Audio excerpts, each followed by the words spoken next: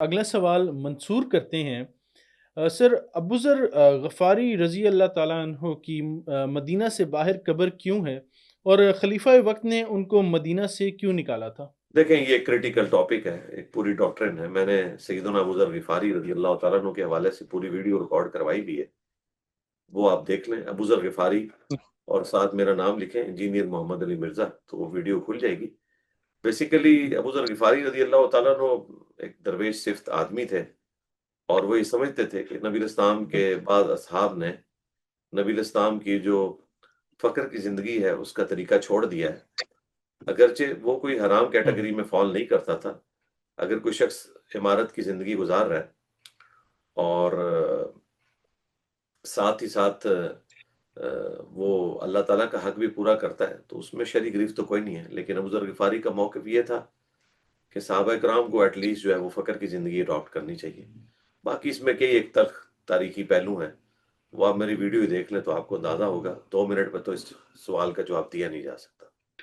بالکل صحیح فرما رہے ہیں سر۔ اگلا سوال زہیب کرتے ہیں کہ میں نے سنا ہے کہ ہمارے پیارے رسول صلی اللہ علیہ وآلہ وسلم ساری رات قیام بھی فرمایا کرتے تھے، مخصوص راتوں پہ آبویسلی وہ پوچھنا چاہ رہے ہیں، اور وہ نوافل اور قرآن کی تلاوت بھی فرمایا کرتے تھے۔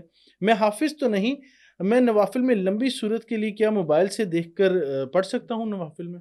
جی جی بالکل پڑھیں، اور نبی الاسلام کی یہ روٹین نہیں تھی۔ آپ صرف رمضان مبارک کی جو طاق راتیں ہیں آخری عشرے میں ان کا اہتمام کرتے تھے۔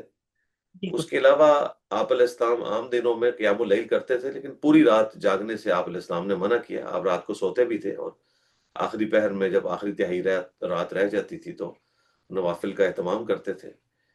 اسی کو تہجد کی نماز کہتے ہیں، اسی کو قیام اللیل کہتے ہیں، اسی کو رمضان میں تراویح کہتے ہیں۔ پر رمضان میں ریلیکسیشن ہے کہ آپ اس کو عشاء کے ساتھ بھی پڑھ سکتے ہیں، آخری پہر بھی اٹھ کے پڑھ سکتے ہیں، وہ آپ کی اپنی مرضی ہے۔ باقی اگر آپ کو قرآن زبانی زیادہ یاد نہیں ہے تو موبائل میں آپ اس کو ریسائٹ کر سکتے ہیں۔ یہ صحابہ ہوں، کرام کا طریقہ ہے۔ امام بخاری نے تعلیقاً صحیح بخاری میں لیا ہے کہ زکوان تابعی تھے، سیدہ عائشہ کو وہ مصحف کا کچھ حصہ اپنے ہاتھ میں پکڑ کے، ظاہر ہے اس زمانے میں یہ قرآن اس طرح کتابی شکل میں تو نہیں تھا، پر ہوں، جتنا حصہ ہاتھ میں آتا تھا تو وہ اس کی تلاوت کر کے تو ان کو قیام اللیل کروایا کرتے تھے۔ اور مصنف ابن ابی شیبہ میں اور سنن کبریٰ البیہقی میں اس کی پوری سند بھی موجود ہے، جو امام بخاری نے صحیح بخاری میں چیپٹر کی ہیڈنگ میں لیا۔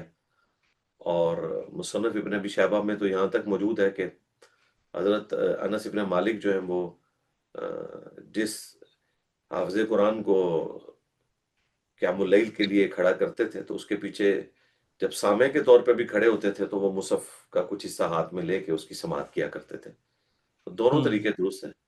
موبائل میں اگر آپ نے کرنا ہے تو پھر آپ اس کو ایئر فلائٹ موڈ میں لگائیں، آپ صرف قرآن ہی پڑھیں، یہ نہ ہو کہ آپ اپنے میسیجز بھی دیکھتے رہیں اس میں۔ بالکل ٹھیک ہے